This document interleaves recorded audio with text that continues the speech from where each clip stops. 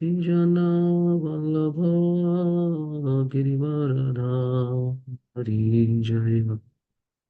Jana Vallabha Girivaradhari.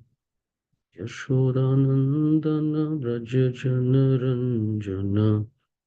Yashodanandana Braja Jana Ranjana.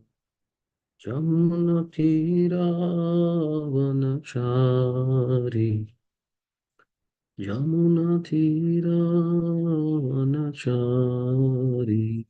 Jaya Radha Madhava Kunja Bihari. Jaya Radha Madhava Kunja Bihari. Hare Krishna, Hare Krishna, Krishna Krishna, Hare Hare, Hare Rama, Hare Rama, Rama Rama, Hare Hare, Hare Krishna, Hare Krishna, Krishna Krishna, Hare Hare, Hare Rama, Hare Rama. Rama Rama Hare Hare, Hare Krishna, Hare Krishna, Krishna Krishna, Hare Hare, Hare Rama, Hare Rama, Rama Rama,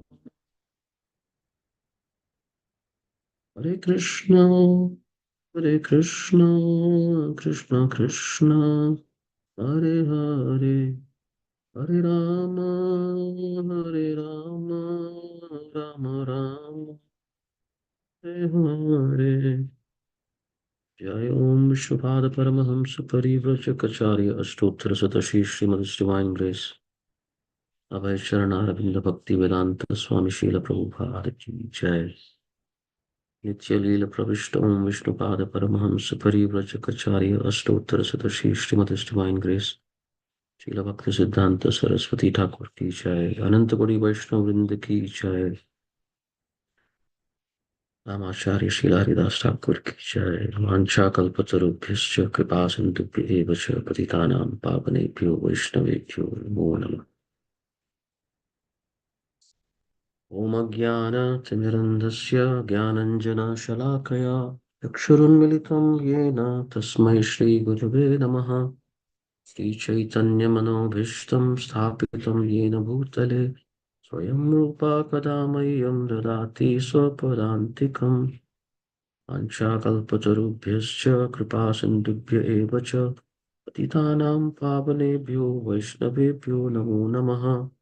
Jai Shri Krishna Chaitanya Prabhu Nityananda Yadvaita Gadadhara Srivasadi Gaura Bhakta Vrinda Hare Krishna Krishna Krishna Hare Hare Hare Rama Rama Rama Hare Hare Om Karoti Vachalam Bhungum Langayate Girim Yatkripatamaham Vande Shri Gurum Dinataranam Om Namo Bhagavate Vasudevaya Om Namo Bhagavate Vasudevaya Om Namo Bhagavate Vasudevaya Narayanam Namaskritya Naram Chaiva Narottamam Devim Saraswatim Vyasam Tato Jayam Udiraye Nashtaprayeshu Abhadreshu Nityam Bhagavata Sevaya Bhagavati Uttama Shloke Bhaktir Bhavati Naishtiki. Thank you all for joining. So we'll continue to read from Srimad Bhagavatam, 3rd Canto, 12th chapter, text 15 through 18. Yashodanandan Prabhu, I've requested him to read. If you would like to turn on your video and read, or you can read either way. So please read the translations and the purports. Thank you. Hare Krishna. Hare Krishna. Hare Krishna. Verse 15. The most powerful Rudra, whose bodily color was blue mixed with red, created many offspring exactly resembling him in features, strength, and furious nature. 16. The sons and grandsons generated by Rudra were unlimited in number, and when they assembled together, they attempted to devour the entire universe. When Brahma, the father of the living entities, saw this, he became afraid of the situation. Purport. The generations of Rudra, the incarnation of anger, were so dangerous to the maintenance of universal affairs that even Brahma, the father of the living entities, became afraid of them. The so-called devotees or followers of Rudra are also a menace. They are sometimes dangerous even to Rudra himself. Descendants of Rudra sometimes make plans to kill Rudra by the grace of Rudra. This is the nature of his devotees. 17. Brahma told Rudra, "O best among the demigods, there is no need for you to generate living entities of this nature. They have begun to devastate everything on all sides with the fiery flames from their eyes, and they have even attacked me." 18. My dear son, you had better situate yourself in penance, which is auspicious for all living entities, and which will bring all benediction upon you. By penance only shall you be able to create the universe as it was before. Purport. In the creation, maintenance, and dissolution of the cosmic manifestation, the three deities, Brahma, Vishnu, and Maheshvara, or Shiva, are respectively in charge. Rudra was advised not to destroy while the period of creation and maintenance was going on, but to situate himself in penance and wait for the time of dissolution when his services would be called for. Okay, thank you so much, Yashodanandan Prabhu. And thank you all for joining. So this section uh, is Shiva Tattva, and as our acharyas speak, Shiva Tattva is one of the most complicated things to understand. Shiva Tattva and Guru Tattva, and even between the two, Shiva Tattva is a complicated subject matter. So today we'll try to do a shallow dive. Recently, in February, well, not so recently, almost a year ago, in Alachua, His Holiness Srila Prabhupada Maharaj, he did a seminar, three-part seminar on Shiva Tattva in Alachua, based on Brahma Samhita. So for a deeper dive, you can refer to those lectures. So we'll try to stay shallow today, at least with respect to Shiva Tattva. Yeah. So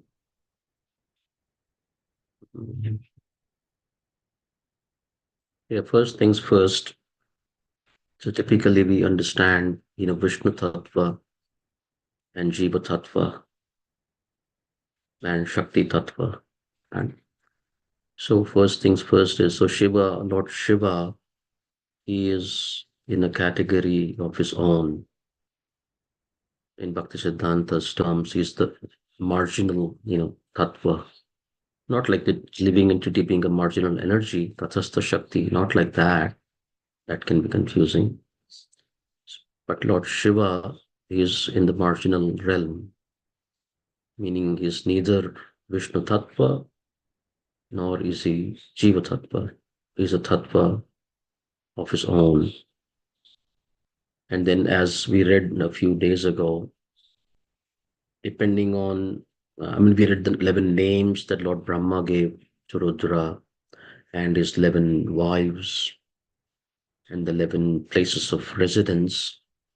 And if we noted the places of residence, at least in this Bhagavatam verses, they are not referring to physical places like, Kailash or Mahakalapur or Sadashiva Loka, but in verse, I think, 11 or something, is discussing where Lord Shiva, anyway, this mystical false ego, the senses, the earth, water, air, fire, like that. So these are the 7 places of residence that Lord Brahma has given him, he says.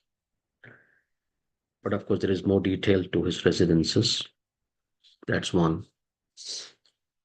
And then depending on the function. So Lord Shiva, he does different functions, and depending on the function that he performs, he is known by different names.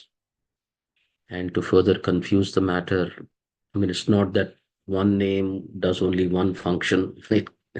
It could also do multiple functions like that. So this is all in Sri Brahma Samhita series. But just to give you an idea, like apparently, so there is there is the material realm, right? Brahmanda, material world. And material world has 7 coverings. And the last of the covering is the false ego. So in that false ego realm, there is an aspect of Lord Shiva who's known as, I know this is again, who's known as Sankarshana, who is worshipped by the personified false ego. So in that realm, Lord Shiva is known as Sankarshana, who is worshipped by personified false ego. In that, yeah. Um, and then, of course, then we also talked about, we hear about Shambhu, the glance of Mahavishnu, which agitates Pradhan. So Bhakti Siddhanta's term is, the predominating, male creative, you know, force or something like that. male creative organ. So of course, in the material, the male creative organ is something else. But that Shambhu is the male creative organ, apparently, the Siddhanta's term. So Shambhu is that. Anyway. So those are some of the terms, and if you need more detail, you can refer to the Brahma Samhita verses. And of course, there's a famous verse, right? Like the milk and the yogurt. Lord Shiva is the transformation of milk. So he is neither milk, he's not milk, but he's yogurt. That's a transformation. So, anyways, now coming to these verses here, in the prior verses, so Lord Brahma is about to begin his creation. In the previous chapter, the time factor was discussed. And here, we first asked the 4 Kumaras to perform the function of procreation. And the 4 Kumaras, they refuse that, sorry, Father, we can't do that. We would like to stay celibate and dedicate ourselves to Krishna. So the higher purpose. So of course, and then I was discussing yesterday, not that the grihasthas or the other ashramas, they have a lower purpose, right? The purpose of human form of life is one, is to worship Krishna, like from Bhagavatam. So when we hear higher purpose and lower purpose, what they are saying is, the Kumaras are saying, we want to dedicate ourselves in this specific way to attain the higher purpose. And the Grihasthas, again, to reiterate, the Grihasthas do not have a lower purpose. The Grihasthas also have the same purpose, but they attain that purpose in a different way. Yeah. So anyway, so they say, this is our inspiration, our psychophysical nature. We want to serve the Lord, achieve the Lord in this way. And then and so Brahma, he gets upset. So he had a plan. He has a service. This happens to all of us, right? We have some service, and then we ask devotees, "Hey, can you assist in my service?" And many people say no, and then we get upset, we get frustrated. So similarly, so Lord Brahma, somehow he got frustrated that his sons, the Kumaras, did not agree to his request, and he curbed his anger. But then, I was discussing yesterday with Yashodanandan and Shyamsaki Mataji before the class. But then, and so Rudra, so he tried to curb his anger, but Rudra immediately he came from the eyebrows. Yeah. And of course, I mean, these are great personalities, and this is all Leela in one sense we can say. But at least what I'm taking from these things is it matters a lot, what is the consciousness of the parents and what kind of children they beget then henceforth. And so anyway, so Lord Shiva is born out of the anger of Lord Brahma in one sense, out of his eyebrow. And then Lord Shiva creates progeny, as we heard today. And they're also like, wild. and when Lord Brahma sees that what they're about to do, he tells Lord Shiva, hey, can you please situate yourself in penance? And of course, again, for grihasthas, and I'm taking all this from the context of procreation. And I'm sure Lord Shiva, he further creates. But anyway, so before procreation, we are also encouraged, to situate ourselves in parents. Garbhadana samskara is one. And not just the ritual of that, like, one day chanting 50 rounds and all that, but it's a preparation. All the other days also what you do, and just practicing bhakti yoga. And then based on the consciousness of the parents, then we beget children. So that's something for us to think about, to perform penances before taking up any service. And this is just the principle. It's just a general principle also. Before taking up a service, perform penances. And in our case, just the chanting of the holy name and the Bhagavad Marga is itself the penance. We don't need to do anything else. And talking about penance, if you remember, Srila Bhaktisiddhanta Saraswati Thakur also, before he began the Gaudiya Math, there were some circumstances, but Srila Bhaktivinoda Thakur, he told him, hey, can you just go to Mayapur and chant the holy name? We'll not get into that. Bhaktisiddhanta was taking some strong stance about some upper sampradayas and all that in Jagannath Puri, which was creating a lot of agitation. And so Bhaktivinoda Thakur, he knew how to deal with it, his own way of dealing with it, gentle persuasion. He said, I'll deal with it. Why don't you? Just like a loving father. He said, just go to Mayapur and chant the holy name. Anyway, so Bhaktisiddhanta, he performed this Brihad Vrata about chanting 3 billion names over 11 years, chanting like Haridas Thakur. So preparation for his service. And Srila Prabhupada similarly. And of course, Lord Brahma, we see here now, before he is performing this service, he is performing some penance. He hears the word tapa. So this is an important aspect for us. Then if we come to the purport, this again connects to Lord Shiva, Siva Tattva.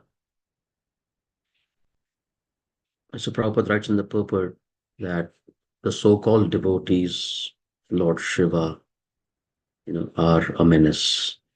I mean, it's a strong statement. And I'm sure people will get upset about that if they read that. But again, what does that mean, the so-called devotees of Lord Shiva? Well, from what we understand, Lord Shiva is Vaishnavanam Yatha Shambhu. And the Acharyas explain that Lord Shiva has two kinds of mercy. Kapata mercy, Kripa, and Nishkapata Kripa. It's not that Lord Shiva is Kapata or Nishkapata. But the people that approach him, if they want something material, then Lord Shiva says, okay, go ahead and take it. Just leave me alone. Because what is he doing busy? What is he busy doing? He's busy chanting the holy names. He's busy doing this penance that his father told him to do. So Lord Shiva is constantly chanting the holy names. So anyway, so Lord Shiva has two kinds of mercy, Kapata Kripa and Nishkapata Kripa. And what he really wants to give is, Vishnu Bhakti, like he also does through his own Sampradaya, Rudra Sampradaya. So that's the real mercy that Lord Shiva wants to give.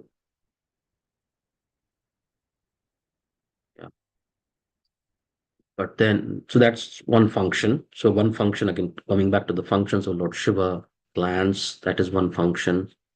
Then Shrishti, Sthiti, Pralaya, destruction is another function, which Lord Brahma is telling him, hey, we're just about to create, bro. So hold on, not time yet. Your time will come. So the dissolution is one other function. Then giving shelter of Krishna to the living entities that want it, that is another function. Giving benedictions to materialistic people, depending on what they want, that's another function. He doesn't want to do that, but he does it. And there is a beautiful, and then another function is, as we also hear from our acharyas, he's a protector of the dham, all these holy dhams that are there. So through the mercy of Lord Shiva, one gains entrance into the holy dham. Mayapur is there, Vrindavan, Jagannath Puri is there. So he gives entrance into the dham. That's another function that Lord Shiva has. And if you remember, in Vrindavan, there is a beautiful place called Asheshavan in near Nandagram and Vrindakon, Der Kadamba, etc. So we had gone with His Holiness Bhakti Chaitanya Maharaj there. And so he was saying, since Asheshavan, so the deity there is Ashutosh, Asha Isha. The Lord Shiva, he's called Asha Isha, meaning the Lord of one who has desires and one who wants those desires to be fulfilled. So Ashutosh, and he's very easily pleased and easily angered also, but easily pleased. And he fulfills the desire of his devotees, this materialistic devotees also. And so when they come to him and he's busy chanting the holy names, Bhakti Chaitanya Maharaj says he's chanting the holy names, and then this foolish person comes to him and he says, Om Jai Jagadish Hare, and I want this, that, and the other. And he says, take it and just leave me alone, just go. But he wants to give Krishna prema. And there's one beautiful pastime during even Krishna's time, which we have heard from Bhakti Chaitanya Maharaj. So one time, so when Krishna is really, really small, Yashodanandana, really small. One time, Lord Shiva in his, I guess this odd-looking form, with snakes around his neck and hair coming out of his jata and skulls in his neck. So he comes to take darshan of Yashodanandan. And of course, Mother Yashoda, she's like, who is this guy? He looks crazy. So she's scared looking at Lord Shiva. So she sort of, sends him off, like, leave. She's thinking he's one of those crazy, Babajis or somebody. So she sends him off. And when she sends him off, Krishna, he starts crying. Yashoda, he starts crying. And then some other Yashoda, she, asks him, Lala, what's the matter? And he says, call him back. Call that person back. He's a great devotee of mine, like that. And then of course she gives him, some chapatis and then of course then she asks him, then she asks him what he wants. And he says, actually, I want the first remnants of the food that is offered to Krishna and the first Charanamrit. So anyway, so even now there is a temple at Nandagram, the Krishna's temple. And there is a small temple at the foothills, Asheshavan, there's a temple. And so even now, Lord Shiva, he gets the first Charanamrit and the first offering, the first Mahaprasadam of the Lord. So anyway, so that's his function. He is a devotee of the Lord, greatest of the devotees, and he wants to offer Krishna Bhakti to those who want it. And if somebody else wants something else, they can have it also. And he's very, very compassionate. He is He is in charge of the mode of ignorance, meaning that he is not influenced by the mode of ignorance, but is in charge specifically of the living entities that are in the mode of ignorance. So you can imagine, his followers and entourage. It's a great service that he does, but he's very, very merciful. Just like the drinking of the poison pastime in Bhagavatam, Prabhupada says that we should not imitate. But Lord Shiva, as he does such things. And then coming back to these people, that these progeny that he created just now. So one reference that comes to mind, again from Srimad Bhagavatam, is the Daksha Yajna. Remember Daksha Yajna? So somehow the Daksha Yajna, Lord Shiva is not invited. Mother Parvati, she wants to go, and he wants her to not go, but then she goes anyway. And so, of course, the followers of Lord Shiva know that something is going to happen there. So all these people, all these followers, they go, and they just, once things happen there, they just level the place. They just destroy the whole place. So these same personalities that Lord Brahma is afraid of. I mean, I remember at least once they do that function of destruction, as the verse is mentioning, they are as potent as Lord Shiva. So that's one thing that I can recall. And then here also in the purport, there is also one reference about the devotees of Lord Shiva, how I mean, not only just the menace, but how they want to sometimes even kill Lord Shiva himself. So many of us have heard that pastime, but we'll narrate it again one more time. So this is the pastime of, Vikasura. So this devotee of Lord Shiva who was performing his, intense austerities, and he was cutting different parts of his body and offering, sort of tapasya in the mode of ignorance, uh, you know, cutting different parts of his body and offering it to Lord Shiva. And he was about to chop off his head and offer it to Lord Shiva. And then Lord Shiva, immediately he comes and he asks him, "What do you want?" Uh, Anyway, so he asks him for a benediction. Yeah, again, so this is sort of mode of ignorance kind of a thing.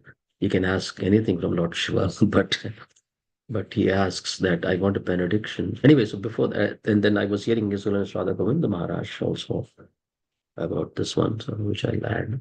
So he asked for a benediction that if I place my hand on somebody's head, they will get destroyed. So when Lord Shiva, when he comes to actually meet his devotee, he comes with Mother Parvati. And so this devotee, he sees Mother Parvati and he says, she should be mine. So this is the nature of the devotee here, at least this devotee of Lord Shiva. And so he was thinking, but this Lord Shiva, will get in the way of my having her. So this is explained by His Holiness Radha Govinda Maharaj. And so he starts chasing Lord Shiva to put his hand on his head and destroy him. But of course, we know that pastime. And then Lord Shiva is supremely powerful. He could have, I'm sure he could have, we are sure he could have taken care of that person himself. But then again, he's demonstrating his runs to Lord Shiva. I mean, he runs, eventually he takes shelter of Lord Vishnu. And Lord Vishnu tricks this, fellow. And he dies, Prakasura.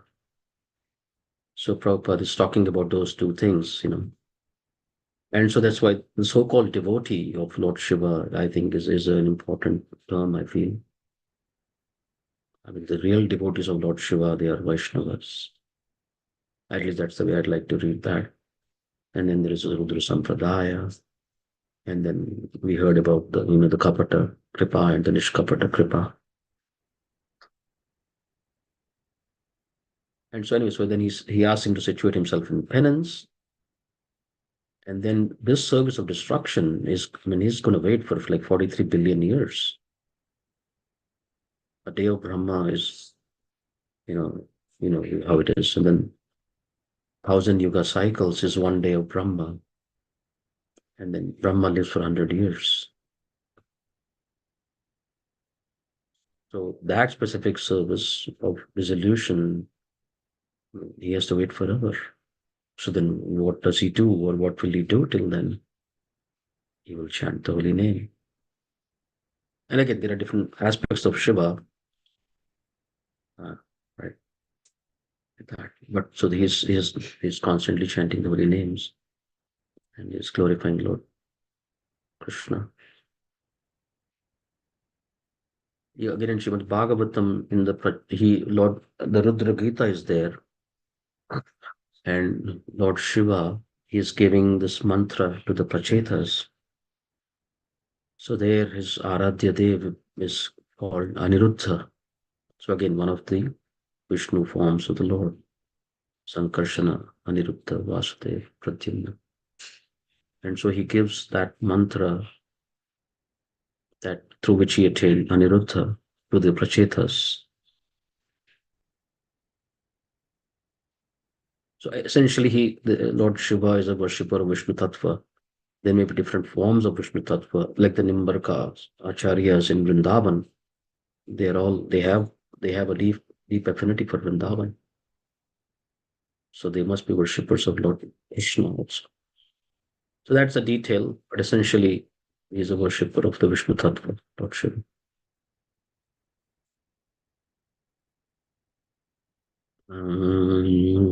What else?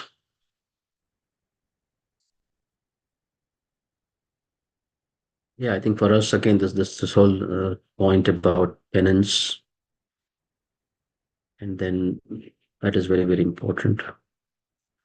Non-deceptive penance, Krishna practicing sadhana bhakti, connecting to Vyasa Puja series to attain purity. Purity is the force. Maicha, Ananya Yogena, Bhakti Rabhya Vicharini, things like that. And then Bhajaniya Parama Purusha, Sukhamatra, Swasukhatvam, all these things that Maharaj spoke about. So that's the idea of penance, not anything else, some mystic, siddhis or, opulences and things like that, to attain purity so that we can be a better instruments to serve Krishna. That's the goal of our penance.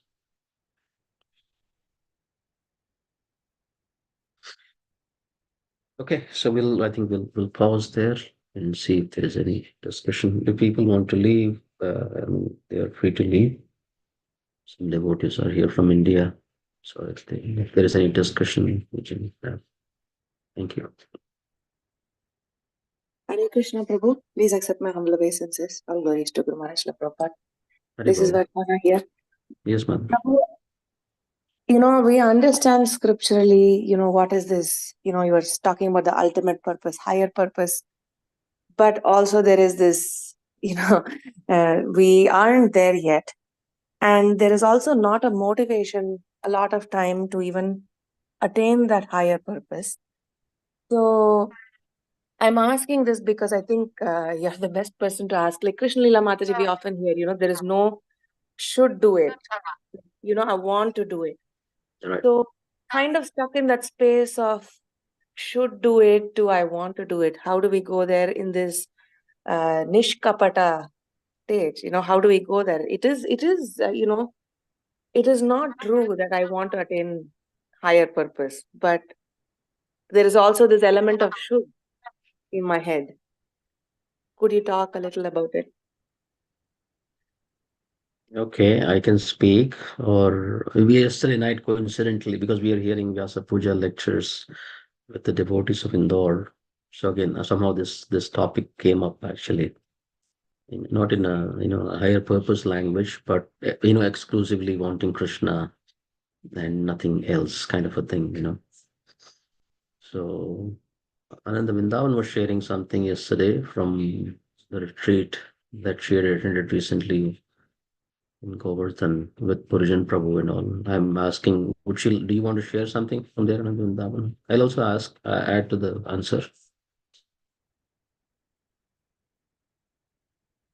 Hare The Krishna. main question that she's asking is, I mean, of course, I mean, she sort of stuck it in at the end about, do I really want it or should I want it?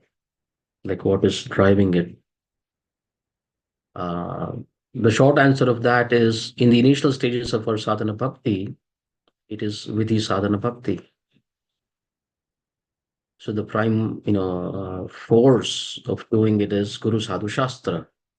You follow, because that innate attraction that we have, rati, which comes after anartha nivritti nishtha, rati, that that spontaneity or that I want it is not there.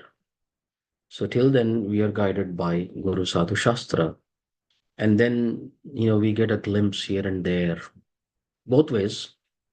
Actually, the beauty of the spiritual realm, and the harshness of the material realm. So these are the shelters that we have, that I will find happiness here. That's the function of the spiritual master, is to impose upon the disciple the abject futility of looking for happiness here. So that happens slowly, and we have experiences of the transcendental happiness, and we also see the naked harsh truth of the material world. And so it's not like bitter pill, but we see it as it is, and the illusion fades, and we see things as they are. And then say, I mean, not that I want to run away from this, but this is more attractive. It's like param drishtva nivartate. The higher taste is there, and I want it. Yeah, go ahead, Anand now.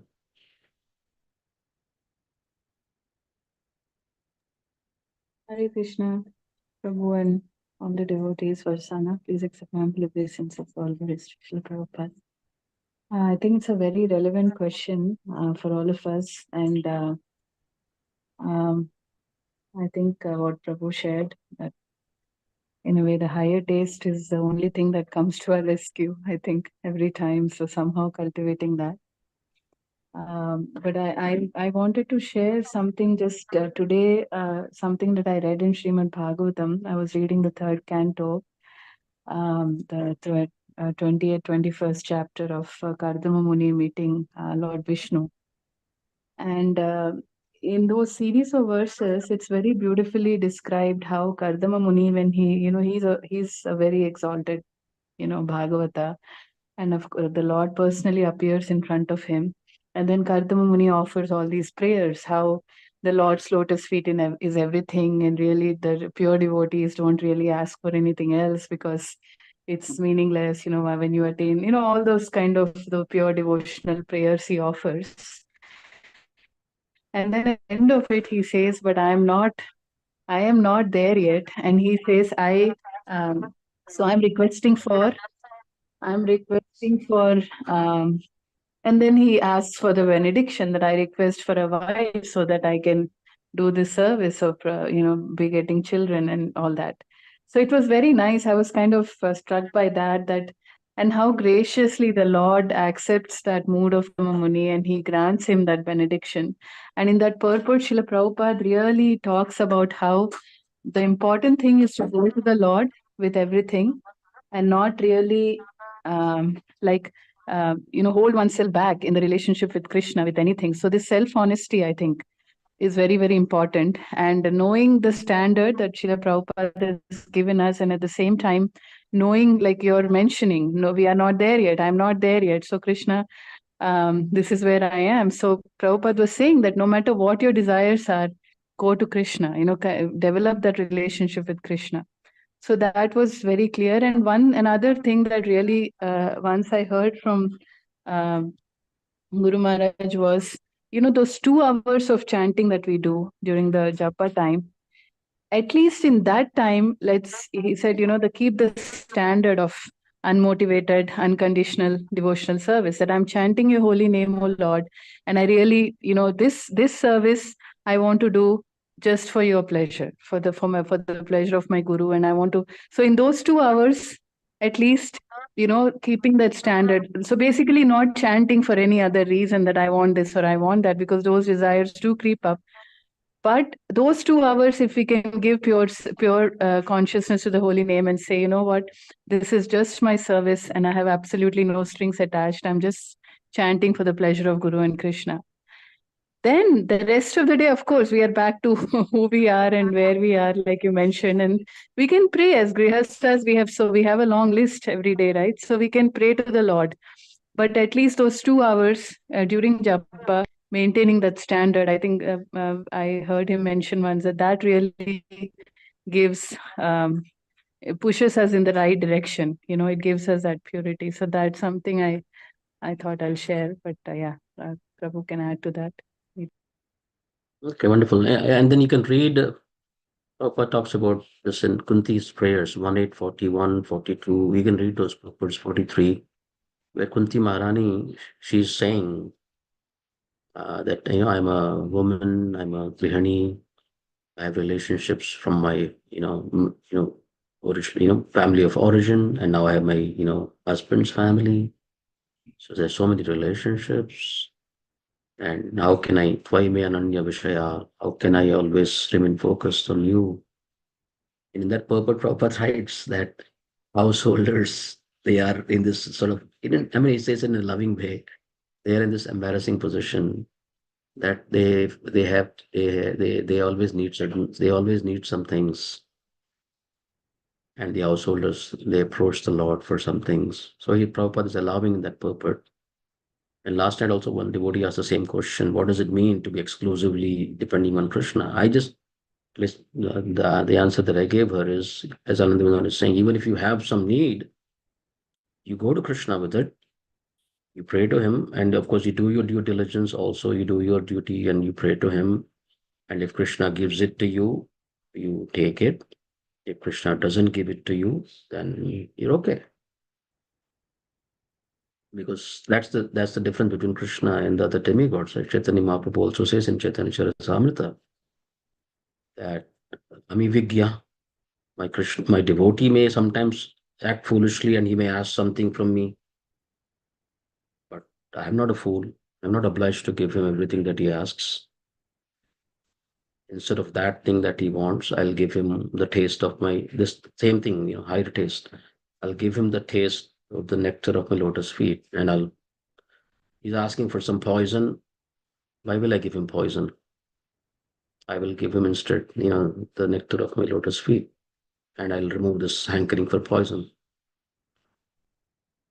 So we can do that we can go to the Lord and petition, but he's not our order supplier. He is independent. If he wants to, he can do it. If he doesn't do it. And then we are not bent out of shape. So in either case, through that, as Maharaj is saying, that so through that exchange, we are coming closer to Krishna, because we are approaching Krishna. 4 kinds of people come to Krishna. Even Sarvakamova. And as Ananda was saying, and then doing our devotional activities, especially chanting, as purely as we can. And then regarding should and want to, it's just that it's like when we shoot the rocket into the space, right? They have to have some momentum for them to leave this orbit and boom, like that, go to the other side. So I guess till we get that whatever is the physical term for it, the force, we take shelter of Guru Sadhu Shastra. And the beauty is devotional service. It's what I've learned. Is very variegated. So even if one thing, you're saying like there are 5 things. Okay, 5 things. 4 of the things I feel I should do this. Okay, but one thing I feel I want to do this. So Maharaj, I had asked him recently about the same thing actually, that these different angas of devotional service. Is it okay if I have an attraction for one? And I said, yeah. So yeah, yes, in your using your terms, if you feel about this one thing that I want to do it, then you do it. You do it more. You do it regularly. Because Krishna is there also, and he will attract.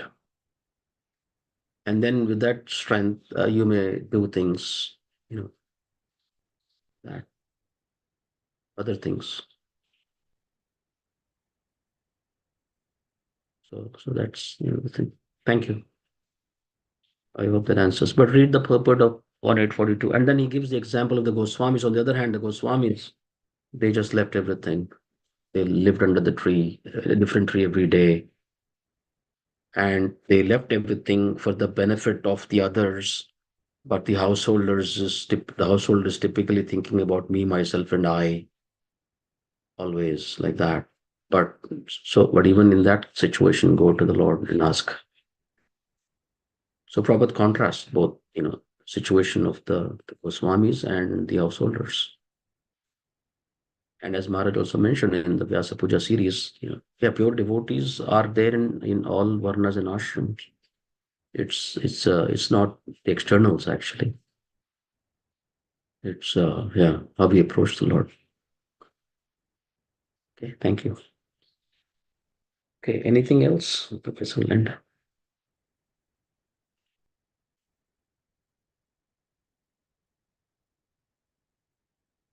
All right. Thank you all for your time.